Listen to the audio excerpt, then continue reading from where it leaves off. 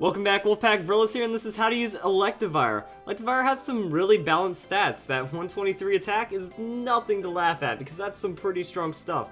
Also has a decent amount of residual hit point and defensive bulk. Has an alright speed, like 95 speed isn't the best, I prefer to see over 100, but still a very competitive speed if you make use of it. And the special attack gives it some mixed options, so not bad with Electivire. Looking at its typing, it is an electric type, but its main ability, Motor Drive, pretty much gives it immunity to electric.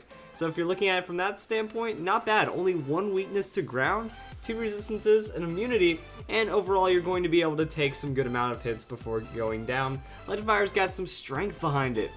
Hopping into Pokemon Showdown, we're going to look at some ways to run it. And pretty much with Electivire, you either want to outspeed and just out coverage your opponent. That you're going to hit them super effective, you're going to crush them with your huge offensive stats, and then just use that coverage to hit them super effective and pretty much win a lot from there.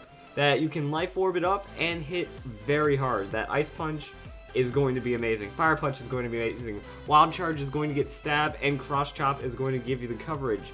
Quick note on Cross Chop, has a high critical hit ratio, but that 100 power to 80% accuracy is an interesting trade-off. It's kind of like the Stone Age of fighting type moves, so it's kind of, do you want to take that accuracy risk and do a lot more damage? If so, go for it. If not, you can also use Brick Break as an option. Electivire does have some better options as well as you get into it.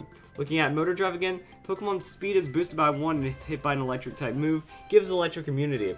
Now, if you can properly use Motor Drive, like you predict your opponent, like, oh, they're going to be using an electric type attack, I'm going to switch in on Electivire, your opponent's game is pretty much over at that point. That now you're going to be able to outspeed them effortlessly and then just go and ruin their day with all that coverage and all that offensive bulk. What I was thinking is that you do want to run Jolly still though, because if you outspeed it at that 300 speed, it's going to be a very, very free kill. And then with that, your attack is still very high because of the 123 base. So pretty much you're going to be looking for that Motor Drive into just crazy amounts of coverage. Also, there's other ways you can run Electivire. You can be a bit more bulky, that you can run that hit point bulk.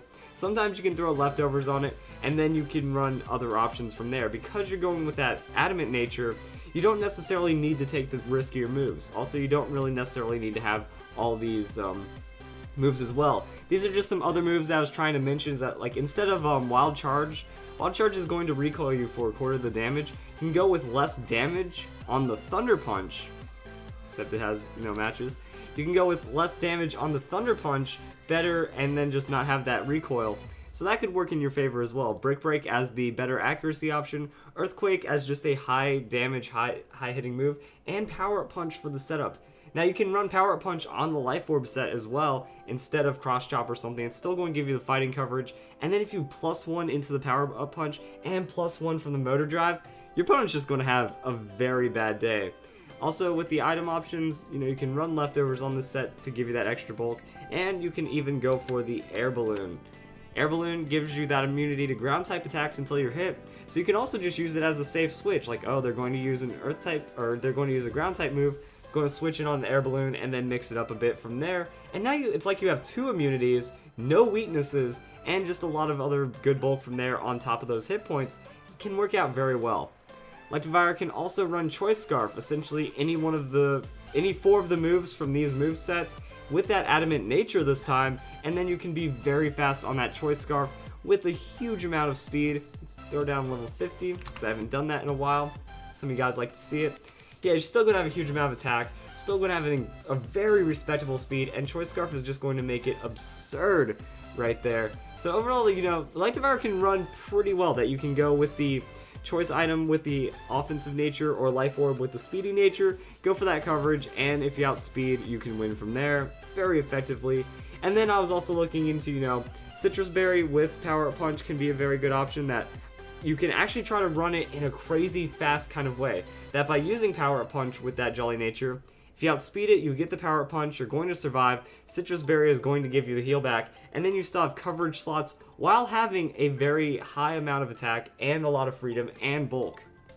So, just some of the many ways you can run Electivire. It just has that to where you can be speedy or you can be a wall breaker that's a bit slower. And overall, very strong Pokemon. So, if you guys enjoyed the video, and that's how you use Electivire.